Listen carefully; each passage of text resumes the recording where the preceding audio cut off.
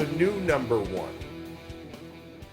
Georgia, are they for real? They are now the undefeated team. They now hold the number one spot. They moved up because of that game. Have we seen enough from Georgia through this year? We've seen it defensively, but offensively to say that this is the best team in the country, and have they separated themselves from the pack to this point? Yeah, I mean, I have. I don't know about you, but I have. Look, when I saw them just flat out dominate Arkansas in terms of stopping the run and being able to run the football in skull-dragging fashion against the Razorbacks. And I don't think the Razorbacks are world beaters, right? But I do follow them closely. I've watched them have success stopping the run and running the football against some pretty talented football teams. Not great teams, but pretty talented football teams.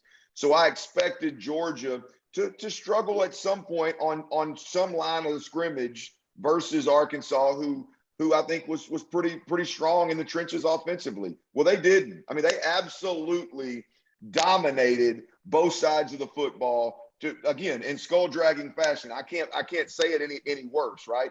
At that moment, I thought, okay, Georgia is better than I thought they were. And you look at their offense, yeah, I mean, we can poke holes, but they're still scoring points left and right. I mean, there's very few, I think, problems in Georgia. You got some things they'd like to be better, no question about it. But there's very few deficiencies in this Georgia, let's say Florida, I meant Georgia, in this Georgia program. There's just very few deficiencies. And those teams are typically hard to beat. And so, yeah, look, I think they're far and away, Max, the number one team in the country. And I think the gap between 1 and 2 is much larger than we expected about a week ago. Well, yeah, and I mean, and that number two obviously being Iowa, taking down Penn State. Also on Saturday, kind of put them up. That was a 3 versus 4 matchup between them. Of course, Cincinnati sitting in the 3 hole, right? Just steady Eddie. Last 2 years, yeah, they're just collecting W's as they travel around on their world tour this year. You know, when I look at this and I look at Georgia, right? It was the enigma early on. And I think we had a higher thought, completely agree with what we thought Clemson to be. So we kind of washed away a little bit of what has now been Clemson now at the time. But Georgia has gotten better. You know, even without your starting quarterback, JT Daniels was supposed to be the world beater. He was supposed to be the leader of this new regime for Georgia. And then we come back to little old Stetson Bennett the fourth, right? I mean, the guy who last year we're like, oh my God, when JT Daniels gets there, it'll be a different team. But Stetson just towed the line, just kept the cadence, kept the rhythm. And we saw him in this game. I mean, he went 14 to 21. At least he threw 10 more passes than the week before, right? That's right. I think when you look at, you know, the relationship he had with Mitchell, with McConkey, to be able to deliver those strikes when he did, you know, you just see a team that's just playing together, right? There's no outlier. There's no fantastic guy. We love Zamir White, but Zamir White, you know, he didn't break 100 yards rushing in this game, and it was still a 34 to 10 victory. Everybody played well off of each other. Milton had some good runs. Stetson played well. He delivered to the receivers, and that defense has just been the standard. And we all know one thing: defense carries. It comes in rain, hail, sleet, and snow. That defense will travel. Have ball, will play.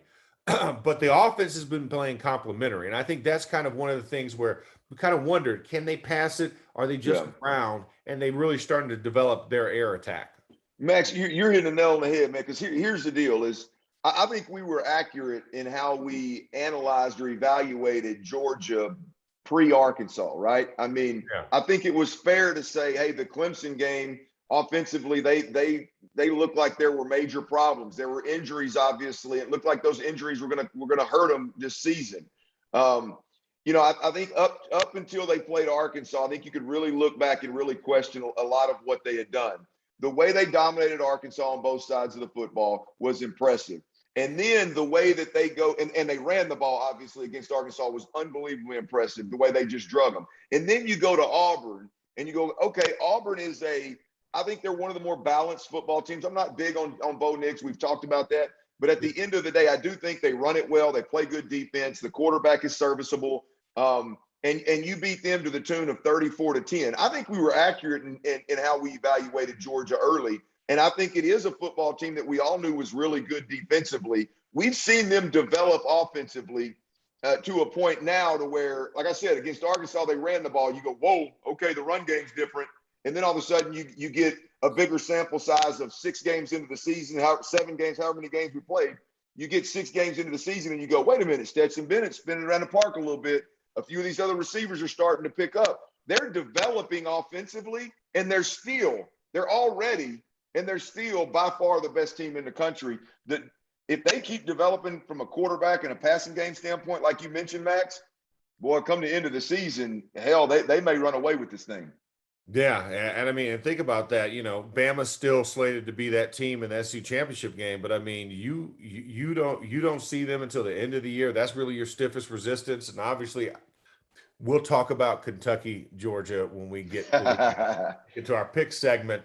But I mean, you think about if you can roll Bama at the end of the year, woo! What is there? What resistance is there in the playoff once we get there?